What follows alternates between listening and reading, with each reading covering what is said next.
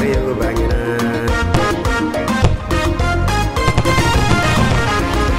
abangina wara babangina le vendation fari ko bangina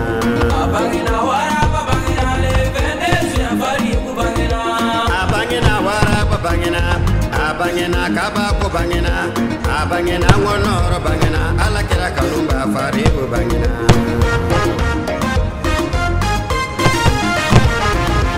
abangina wara babangina basi wolo de bangina abangina wara babangina ba wolo de bangina abangina kaba ko bangina silame atigi bai bangina abangina wara babangina le vendation fari ko bangina abangina wara babangina le vendation fari ko bangina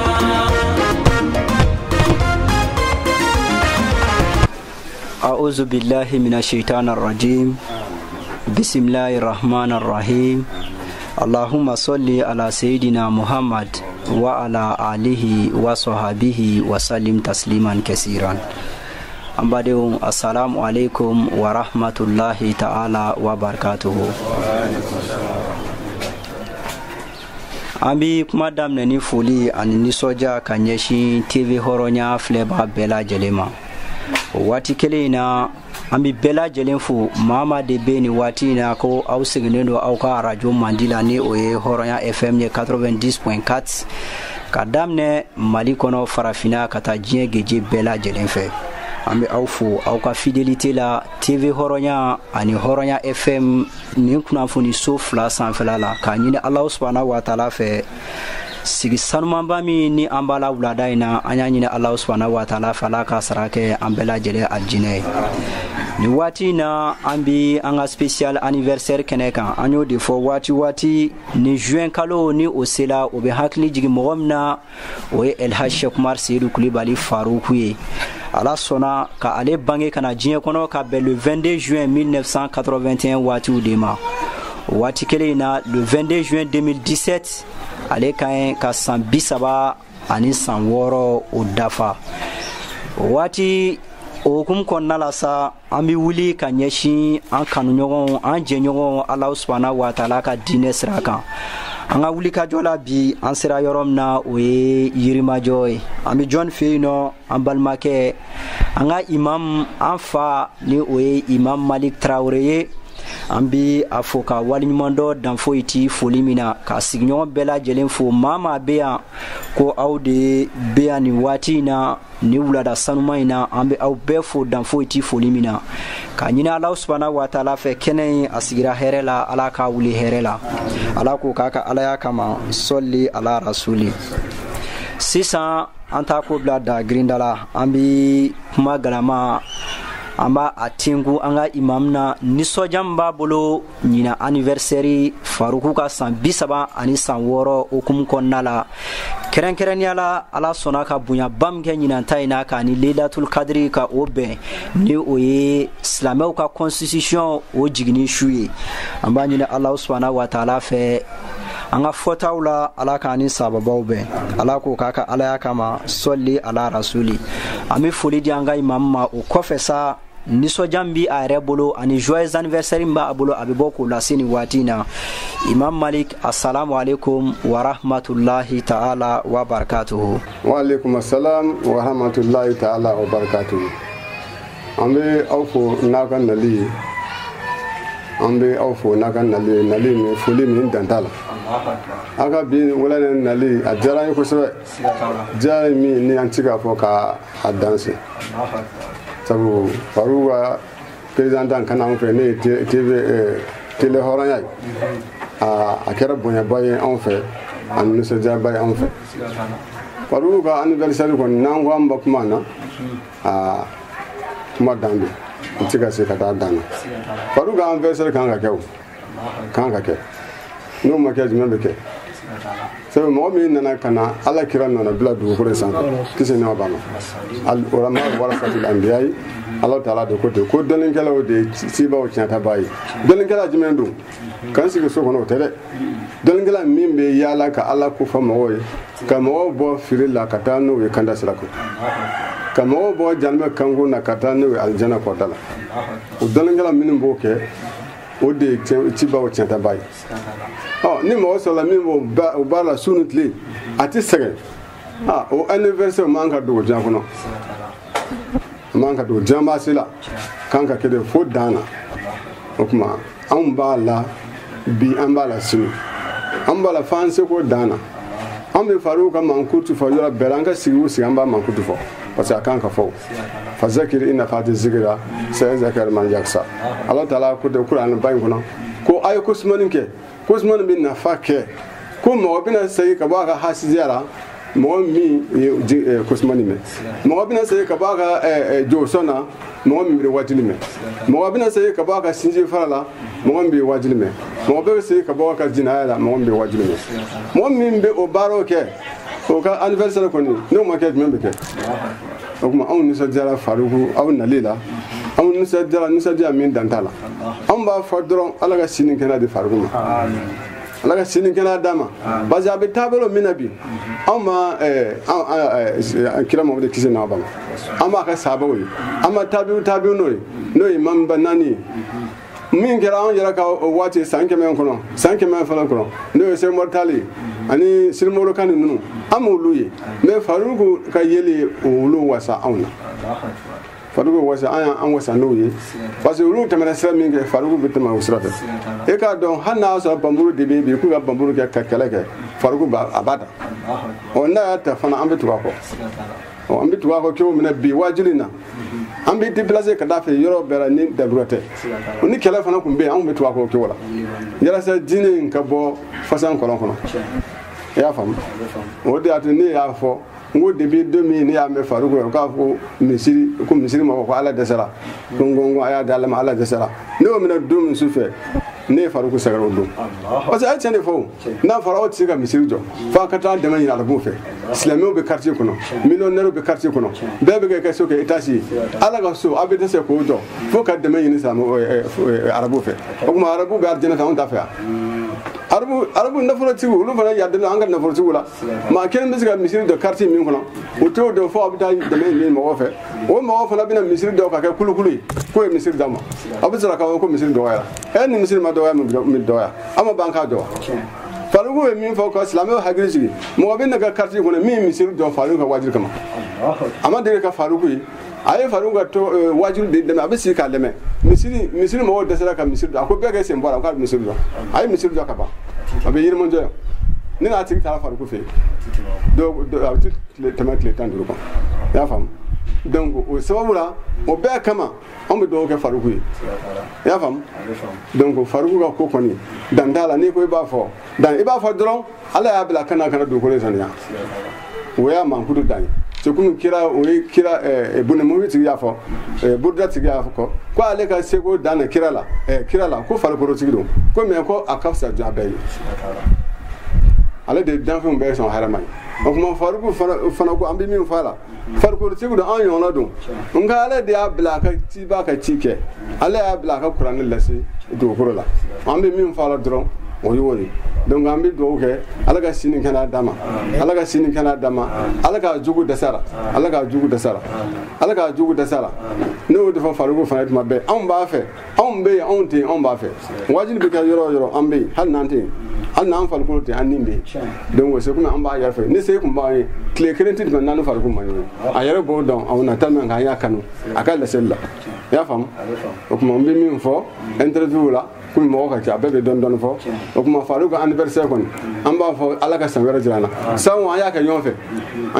fɛ sango an y'a deli ko Ala ka san wɛrɛ jira an na Ala ye san wɛrɛ jira an na o tuma an bɛ Ala fo k'a barikada Ala ka san wɛrɛ fana jira an na an b'a fo k'a barikada Ala t'Ala fo k'a barikada ale min y'a to an ɲinɛ san ye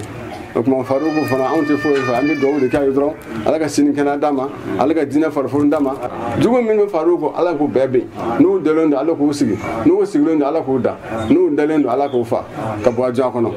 salli ala rasul assalamu alaikum warahmatullahi ta'ala wa barakatuhu allahumma salli ala sayyidina muhammad al-fatih lima aghla wal khatim lima sabaka nasir al-haq bil haq wal hadi ila siratika al-mustaqim wa ala alihi haqqan qadri wa miqdari al-azim inna allaha wa malaikatahu yusalluna ala an-nabiy يا أيها الذين آمنوا صلوا عليه وسلموا تسليما صلى الله عليه وعلى آله وصحبه وسلم تسليما سبحان ربك رب العزة عما يصفون وسلام على المرسلين الحمد لله رب العالمين. Alhamdulillahi rabbil alamin. Ambi anfa ani anga imam amba foka walimando dan foiti folimina.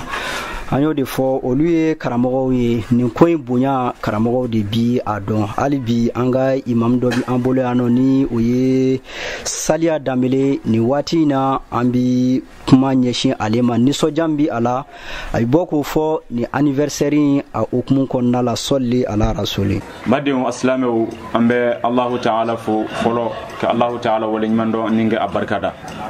ala min sona ka herabake nen obelajile ke ansigi salo sungolo keneka anya ala deli ala sona fene ka ansigi nyina tafana keneka ambi ala fola o koti me balengo ambi soli ka almabus rahmatan lil alamin dave on la so khairama no ala kray abdullah de an amnata kabali kirami nyo madda danula wa kirami nyo tana danula kirami kusamandia dana ala kiramina sallallahu alayhi wa sallam wala ambi soli ka aleka sanga ani wati be ka soli ka aleka su anikle o koti me balengo ambi sigan yerba kuma hadar ba kilingilina belajile jeni muso ka belajile ndo kiram monde yala ka belajile foni kista foli ka aw foni kuna jata foli ninga aw foni barkata foli foli kam min be ala ne minye afo ne be baraji bi saba soro aw nu sona kan lamine aw fona be baraji bi saba soro no ya assalamu alaikum ye wa rahmatullahi ta'ala wa barakatuhu wala ambi ala fo ka ala tando segi ambi TV horanya mogofo ninga radio horanya mogofo ninga klaka angara mogofo no al Sheikh Mar Kulubali di Farouk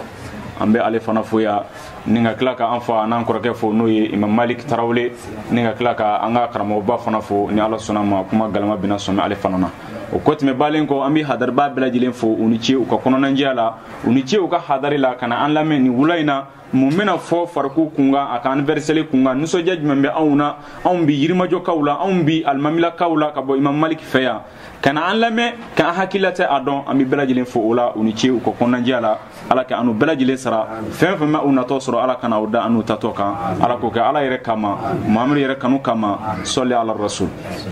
ola ko ni ala sonama 22 juin o kanga be forgu ka anniversaire ma sambi saba an woro o de kanga dafa ka be le 22 juin ma au 22 juin de fana kanga be lailatul qadr khairun min alf shahr تنزل الملائكة والروح فيها بإذن ربهم من كل أمر سلام هي حتى مطلع الفجر أسلام وني فيما فلادي منو غشيلا نيوغنا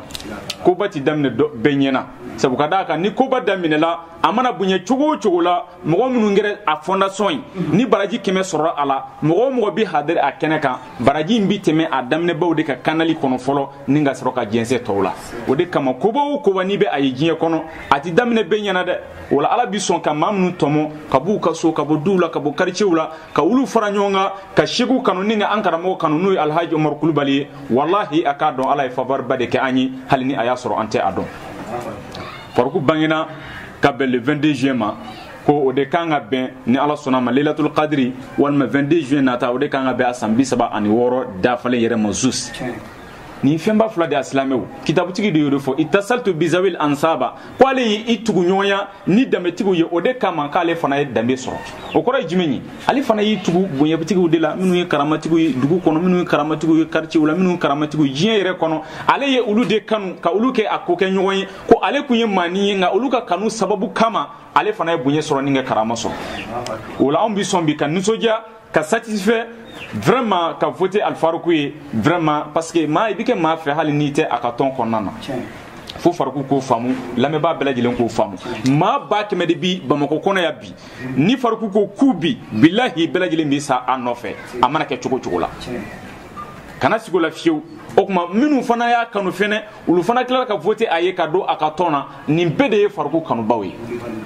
wala ambi ala fo bi vraiment ala min sona ke farku di ama ka ke ambo filila ninga ambla kanda banguka ka ambo fili badinga kono aslamew ninga club ka ambla kanda badinga kono wala ambi ala fo ninga klaka wala mando sigi anga karamo werema noy al farku yi ke ala deli shi ani kenani labangu yima ala ko di anama vraiment farku yere ne akanu nya do joni sababula o de Imam Maliki nyire ya ka voix de me arajo la aka kuma o kuma akuku ka barake a tiɲɛ kan kuma o kuma ko ka ala ka diinɛ dɛmɛ a tiɲɛ kan hali ni ye sonyi ni ye gulomila ye ni ye fajiri i mana kɛ tiɲɛnikɛla modèle o modèle ye tant que kamera si ti e da kɛ ala ka diinɛ dɛmɛ a tiɲɛ kan e mɔgɔ min bɛ ka o fɔ kana sigi a la fiyewu jogo ti sɔrɔ e yɛrɛ la bilen min man ɲi min ye nisɔndiya ka ko la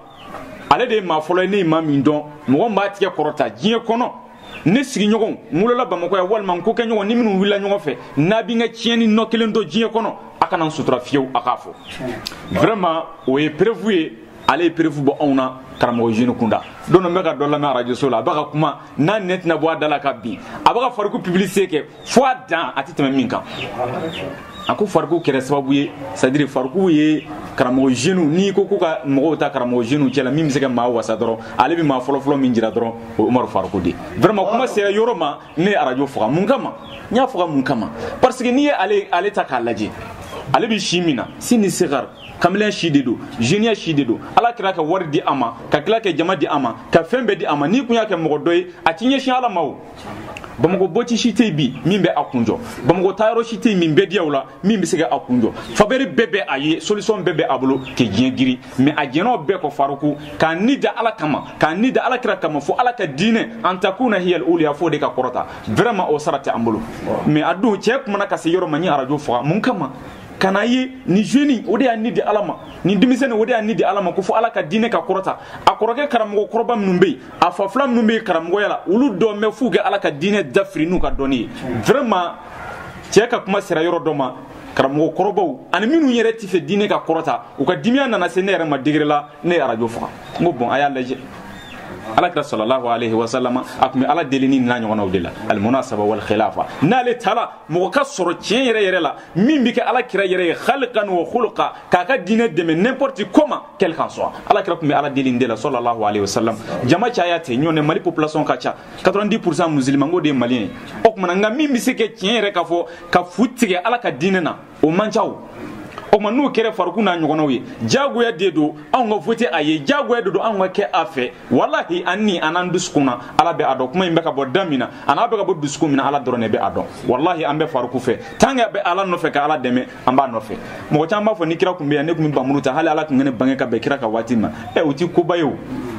e ma bɛ kira ma e ma bɛ Abubakar ka waati ma bamuru kun bɛ waati min na kɛ mɔgɔw faga jihadi la e ma bɛ waati ma o bi faamu mais e bɛnna de nos jours an ka bi don in ma e ye mun kɛ ala ka diinɛ ka kɔrɔta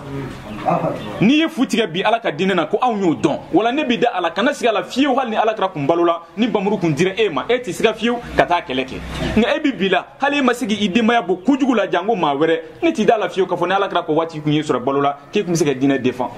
vraiment Alfaruku Umaru don min ne yɛrɛ ɲɛ taara a da kan vraiment wabil isharati allabibu yafahami ne y'o de fɔ ne ɲɛ dara ka yɔrɔ kan dɔrɔn ko wabil isharati allabibu yafahami n'i ye tigɛ sin dɔrɔn hakiliman bɛ a faamu ja cɛ b'a ka kuma su ani tile vraiment a bɛ ka min fɔ a da la a ye a kɛ san damadɔ kɔnɔ maa min sera kɛ jeune caman bɔ ala kota la k'u ni di ala ma san damadɔ kɔnɔ mɔgɔ min sera ka jeune fille caman bɔ ala kota la k'u ni gulo ala yɛrɛ la fo ala ka diinɛ de ka kɔrɔta vraiment o mana kɛ mɔgɔ o mɔgɔ ye o kan ka fɔ mɔgɔ kan ka kɛ o fɛ mɔgɔ kan ka voter o fɛ don n bɛ ka radio dɔ lamɛn musoman dɔw bɛ ka bɔ k'a fɔ walima information bɛ ka di radio la quoi ko olu ka yɔrɔ kɔni vraiment Fariku yɛrɛ nana dɔrɔn mesi feere yɔrɔ ni fɛn ninnu tɔgɔ ye di o bɔti n'a nasɔn ninnu mesiw ni produit ni fɛnw bɛ feere yɔrɔ min na ligisi botew caman c'est à dire ko Fariku kɛra sababu ye ka o bɛɛ de datugu olu fɛ yen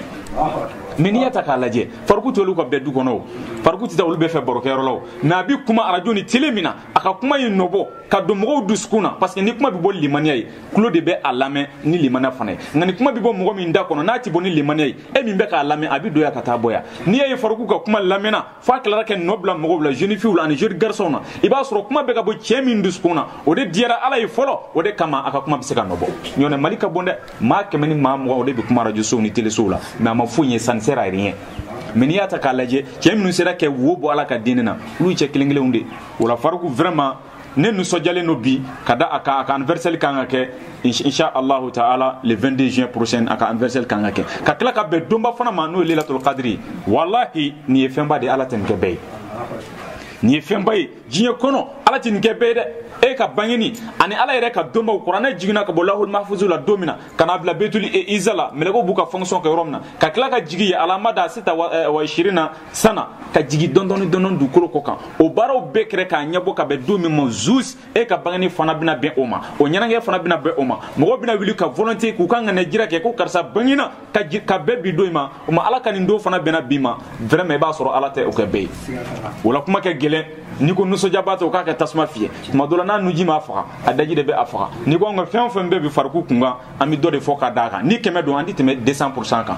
300% ti go expliquer fiyo ayra bi wasake aka yechuko na ka barala vraiment bi wasake domi ne ya nyondo maliki de sababula nyo fo awye ndara fe dondola ala yishire ni sera fe dongo do ningo malika kalandene wala ni malika balmanke de direct abido ako moté yanka fo mobi momi bare ka jo ale to kara moy quoi c'est à dire ni sera dro la porte est clairement ouverte ka do ke ale chugo yije ka fo ale kuma biteme na ale che kara momi ngi dugo ka dugo mo la ote ale saba yara bo de fa ka kuma na ni docteur dogo la banabato ti kenade an mogo bi docteur de la ke an furake mani docteur yere de tora ka sokono tuma be su datulen docteur dala tuma dola furdimi be an fura kena ma jabeti ni tension be an boka bi ka soro docteur ndete ana me contraire la datulen no sokono est ce ga fenyi meni kramgo kere kramgo shegu kere shegu no alhaji umar faruque ka deyele belejele bi do katika hamina fo aye banabato ni kenabato warti minu fe fandaw ani joro tigu belejele bi tika hamina fo aye abikila ka o belejele toyi ka wuli ka ala ka dine deme vraiment ne ma mo soro a ɲɔgɔnna ka dɔgɔ diɲɛ kɔnɔ quoi a bi place mina bi wallahi lazi la ilaha illa huwa ni kun y'a kɛ mori caman ye a ti ala ka diinɛ kuma fɔ a nɛ kan a banna a b'i da ka étage kɔnɔ dɔrɔn k'i da ka mobili kɔnɔ bɔ ka taa ka affaire la a bi n'i da ala ka diinɛ ka dɛmɛ a mago to o la sabu ale ka besoin sɔrɔla wari sɔrɔla jama sɔrɔla mais contraire a ko wari mana sɔrɔ cogo o cogo la ne mana garanti diɲɛ kɔnɔ cogo o cogo la tant que n balima minnu bɛ n'o ye silamɛw n'olu ma don ala ka diinɛ na olu ti ale ti lafiya a wulila ka taduhiya kɛ ni ka sacrifice kɛ ka volontairement kɛ ka a ŋanɛ jira kɛ fo mɔgɔw ka bɔ fili la kana den o de kama Allahu Taala fana ye a dɛmɛ o la an bɛ a fo ka ala deli si ani kɛnɛ labanko ɲuman ala k'o di a ma ne yɛrɛ a denkɛ n'o ye Saliya Danbele vraiment n fana ye Imam Maliki Tarawele n fana ye ale ka kalanden n bɛ a fana ka kalanso la yan insha Allahu Taala n bɛ nabaga bɛɛ lajɛlen fo an ka karamɔgɔ minnu bɛ yan ani hadaraba fɛn fɛn hadara kɛnɛ ka yan bɛɛ lajɛlen folen no an bolo bɛɛ lajɛlen waleɲuman dɔlen no an bolo ka tila k'a fɔ su ani tile an ka jɛ kɛ ŋanɛ ɲuman ta ka ɲɛsin faruku ma ani faruku n'a ɲɔgɔnnaw bɛɛ diɲɛ kɔnɔ mɔgɔ mɔgɔ bɛ yen fo ala ka diinɛ de ka kɔrɔta ka ŋanɛ ɲumanya ta ka ɲɛsin u ma sabu ala kɛra y'o de fɔ la hasada illa fi isnatayn ko hasida ti fɛn foyi la fo n'a kɛra fɛn fila ye a fɔlɔ ye jumɛn arajulun atahu Allahu al-mala fayunfiquhu ana al-layli wa ana an-nahara c'est-à-dire wa arajulun atahu Allahu al-ilma ko hasida ti fɛn foyi la fo n'a kɛra fɛn fila ye fɛn fɔlɔ ye jumɛn ala ye nafolo di cɛ min ma su ani tile a bɛ a di su ani tile a b'a di pour ala ka diinɛ ka kɔrɔta ko ni mɔgɔ bɛ mɔgɔ nigi minɛ diɲɛ kɔnɔ ko maa kan ka o nɛgɛ minɛ ka o fɛn n'i ye farikolo kɛ don wari minnu bɛ fara ɲɔgɔn kan ka taa di a ma silamɛya tɔgɔ la a b'i da kan k'a bɛɛ dun mais anniversaire bɛ na sisan terrain kɔnɔna na terrain milieu wari minnu bɛ don a la jama minnu bɛ na mɔgɔ bɛ invité fɛn minnu na i b'a sɔrɔ wari bɛ na cogo min na a bɛɛ taa adamadenw kunkolo o cogo de la o y'o cogo de wa rajulun atahu Allahu al-ilma o kuma na ala ye dɔnni di maa min fɛnɛ ma dɔnni faamu bɛ a la fiqhu dɔnni bɛ a la diinɛ faamu bɛ a la a ma tila ka sigi so kɔnɔ dɛ a tilara ka wuli k'i ɲɛsin mɔgɔw ma ka kuma mɔgɔw ye f'u ka bɔ dibi la ka na kanda la o ma ko ni mɔgɔ bɛ mɔgɔ nege minɛ i kan k'o fana nege minɛ vraiment o kama fariku diyara ne ye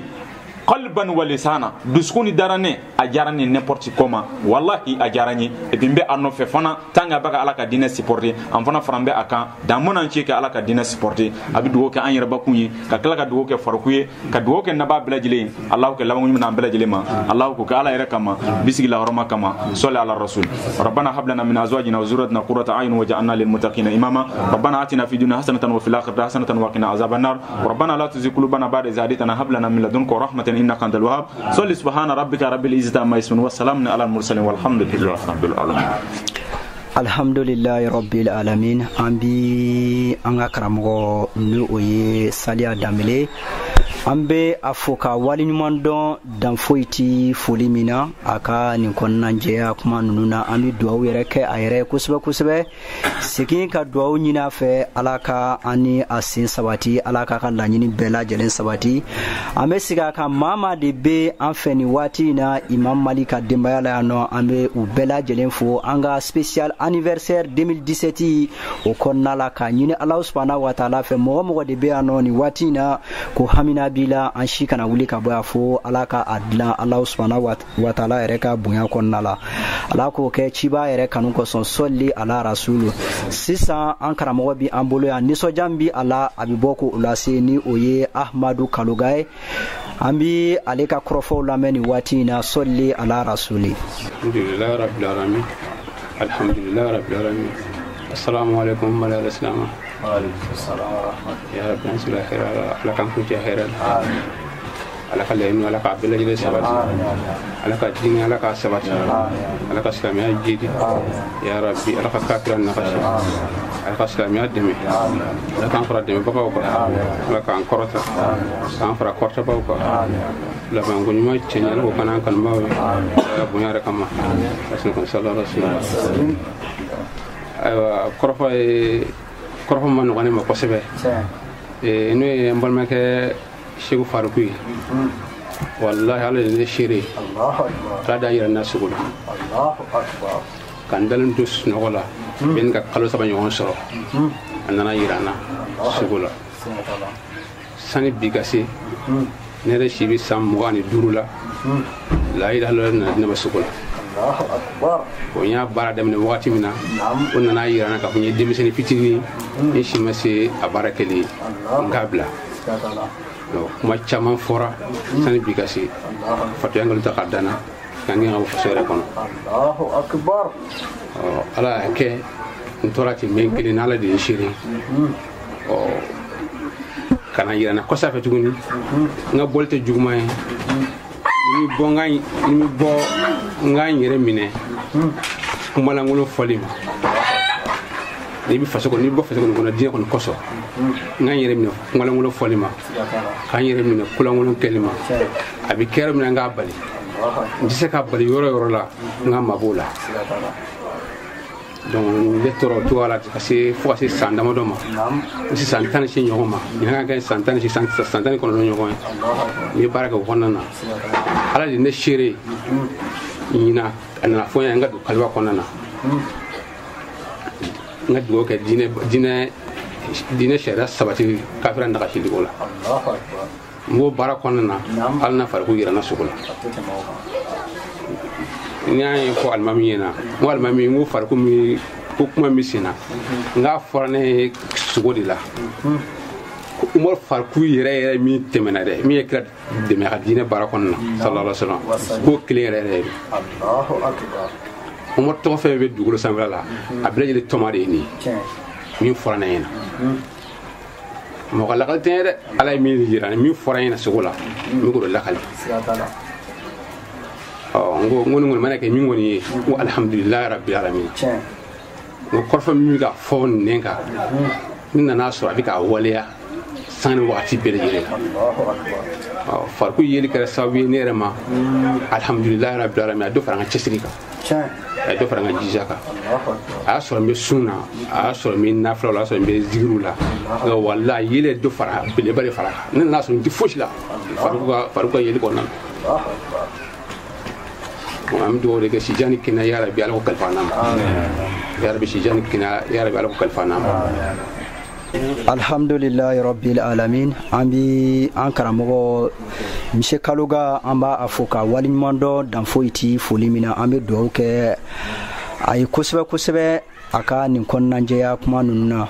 sisan ka sababu kɛ waati yɛrɛ na cogoya ye an bi kuma laban ani dugawu laban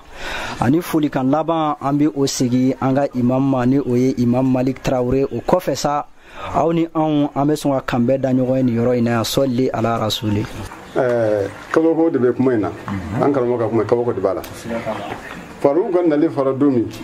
o don a y'a mɛn arajo a y'a denkɛ bila ka na ni ɲininka k'an fara Faruku bɛ na ne yɛrɛ t'a dɔn yɛrɛ an bɛ ɲɔgɔn kɔrɔ mɛ n t'a dɔn parce que a tɛ bɔ i y'a faamu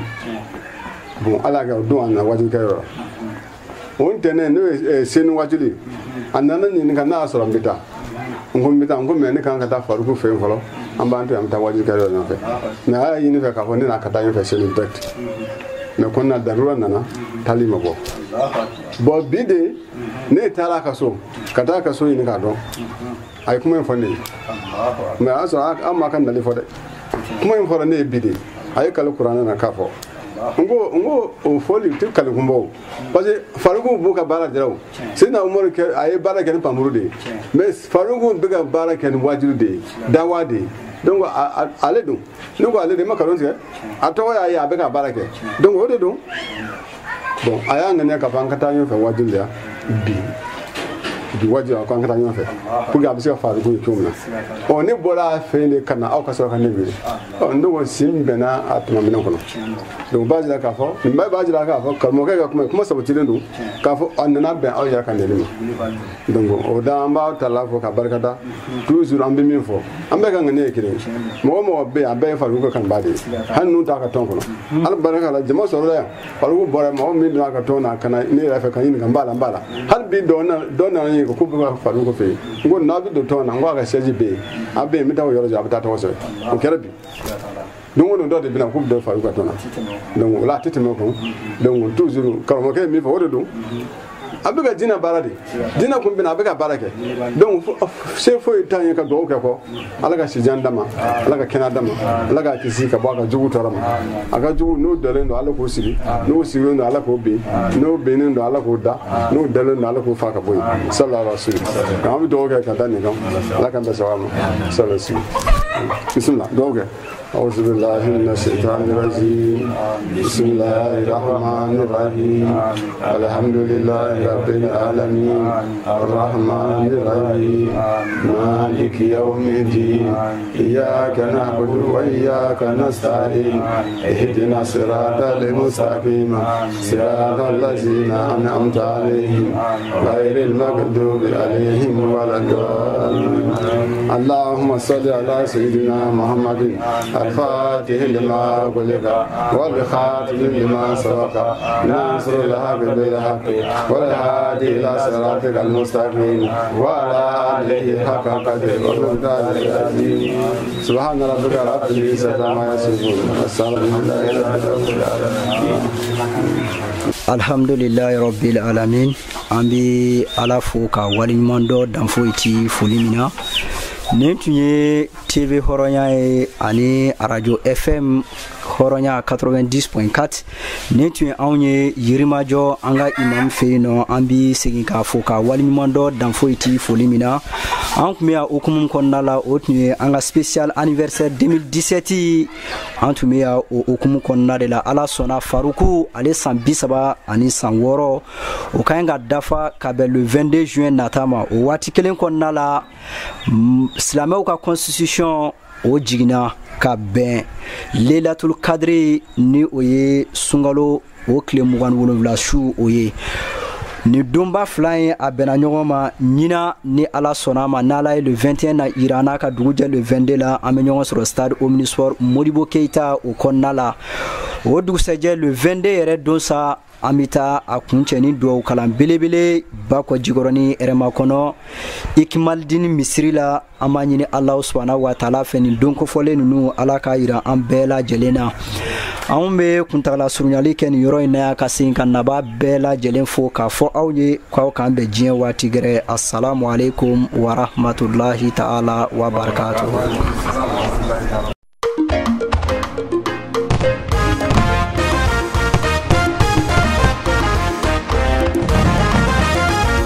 Bangina waraba bangina le vendege farigo bangina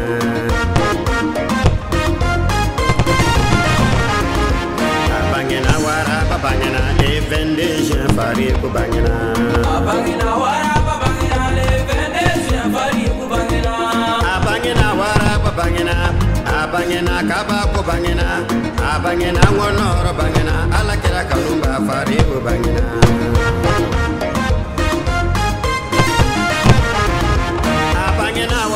bangena basidu olode bangena abangena waraba bangena baumu olode bangena abangena kabako bangena silame atigi bangena